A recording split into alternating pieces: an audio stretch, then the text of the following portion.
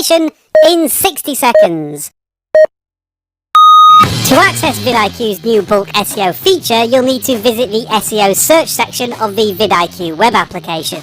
Here, you'll find the new bulk SEO tab, our new tool that helps you get more views on existing videos by adding tags based on searches coming into your videos.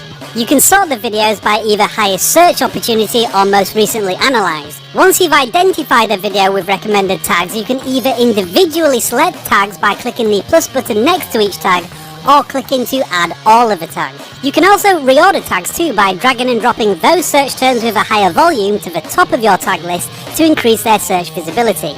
All changes are automatically saved to your YouTube videos. Bulk SEO can be an incredibly powerful tool at increasing the visibility of your videos. Take this example. Bulk SEO suggested and added automatically all the highlighted search terms to create high-ranking tags. With tools like this and title and description support coming soon, the only way is up.